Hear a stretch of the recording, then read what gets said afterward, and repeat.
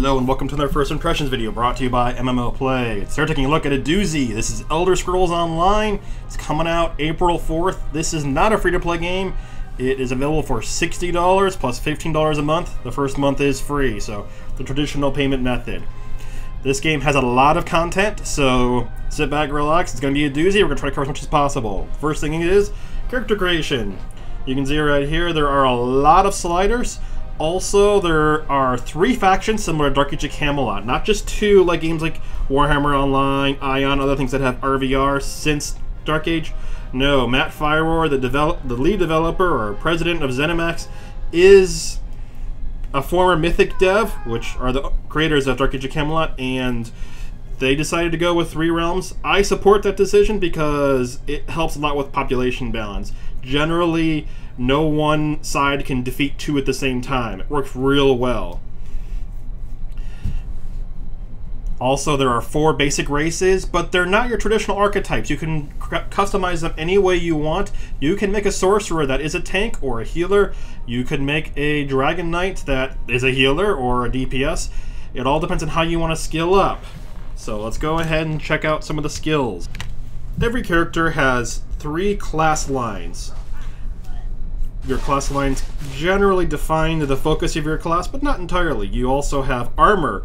If you wear types of armor, your different skills will, your different characters have different stats. So light armor generally is focused around magicka. Heavy armor definitely usually focused around tanking. Medium armor about DPS.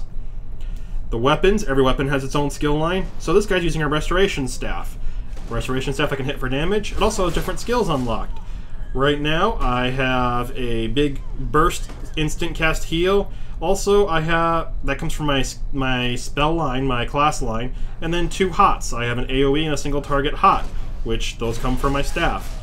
Depending on how you want to select your character, you can play different ways. This is a Templar, which is traditionally the healer, but I could have played him a DPS. Right now, actually, at this point, I'm kind of 50-50. I didn't actually end up recording any footage showing the skill lines, unfortunately, but it's a brief overview of how it worked.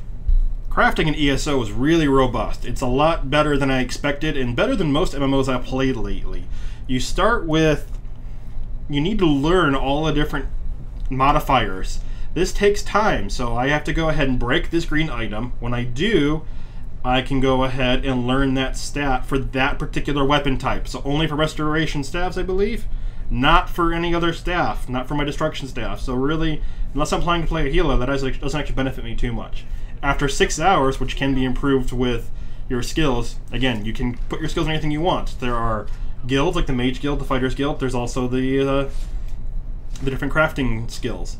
But you can reduce the time if you want, but 6 hours, you learn this, you learn it. In the future, you can go ahead and enchant that item with that stat. On top of that, you can also extract. You can break down items for materials, and then you can gather them in the world as well. After that, you can go ahead and craft. Right now I'm getting a bunch of logs.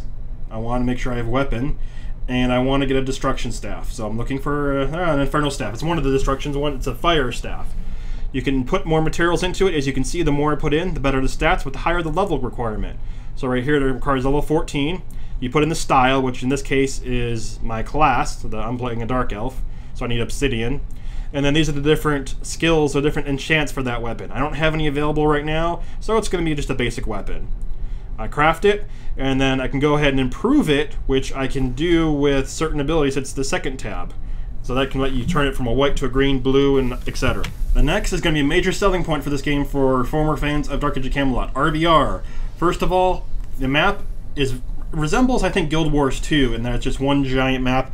There are different instances of the map. You can make one your home, and that's where you'll port into, and that's where you do most of your fighting. You can visit, and you can also change your home once a day, but you'll basically have one that you're fighting over. It's a 3-realm map, similar to Dark Age and Guild Wars 2.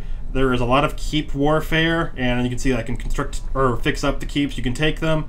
Also, there's porting based on supply lines. If you have a direct supply line, you can port to anywhere connected to it, similar to Dark Age of Camelot. So it's really important to take keeps, connect it, and move forward if you're trying to take the end game goal, which is the Elder Scroll.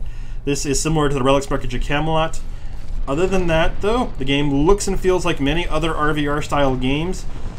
I will say the interface feels a bit clunky, but this game is a game that supports LUA mods. In fact, during some of these clips, you will see a mod that I downloaded from another fan site that has some scrolling combat text, some different bars, different stats, other things you can do. So if you are a fan of mods, there's a lot you can add to the game.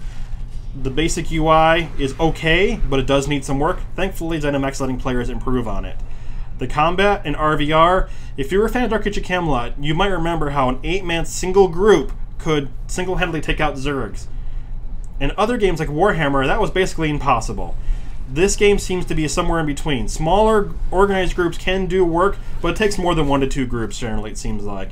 And you also have to get into good choke points. There are plenty of choke points. There are mile gates, bridges, similar to other games like Camelot. I think overall the RVR here looks really interesting. I think you either need to, quote-unquote, Zerg surf, which means just run around with the Zerg, or get an organized guild. Cyrodiil is a huge zone. There's plenty to explore in here. There's also some PvE content, and it's just overall a great experience. I think this is what's going to make or break the game. Hopefully in the future we can do a little bit more in-depth coverage of the RVR, but as it is, it's a beta weekend, so we're all maxed at effectively level 15 to max content, so there's only just so much we can show. One thing you might wonder is, since there are skill lines, are your stats limited? Can you only effectively rank up in certain things? No, the truth is, theoretically you can put points into every single skill. Because of sky shards, you explore the world like an Elder Scrolls game and you find these sky shards scattered throughout. There are lore books which will give you hints where they're at, and then when you find 3 sky shards, you get an extra skill point. That skill point will let you spec out, get more stuff, and in this case, I could go ahead and get anything else without having to level. So eventually, if I find them all, I could unlock every skill in the game. Similar to Rift, there are public quests that are available. These are group-oriented areas called anchors. This is similar to a Rift from Rift, public quest from Warhammer. You come over to these anchors, and there will be an event going on. Daedra will be summoning, coming out. You have to kill the Daedra. Eventually a boss pops out, and then, theoretically, you get some loot. Sometimes it's kind of hard to see what you get because I have auto looting turned on. Doesn't have to go to the chat box. Something that might be able to be solved with a mod later on. These are interesting, and they're scattered throughout the world, including in Cyrodiil, the RVR zone, which is where we're at right now.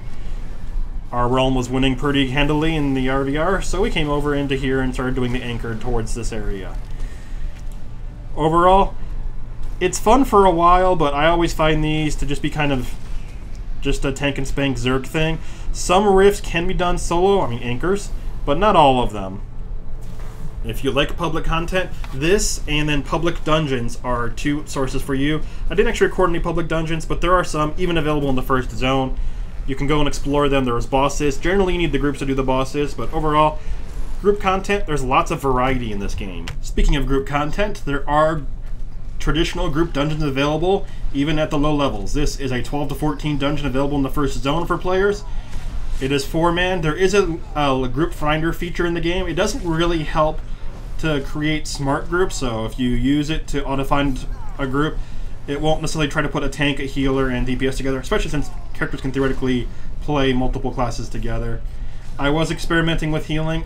I gotta say, I did not find healing in dungeons to be all that great of an experience at low level. Maybe I'm just that bad, maybe I didn't get it, but I did struggle quite a bit. We also didn't have a tank, so that didn't help matters either.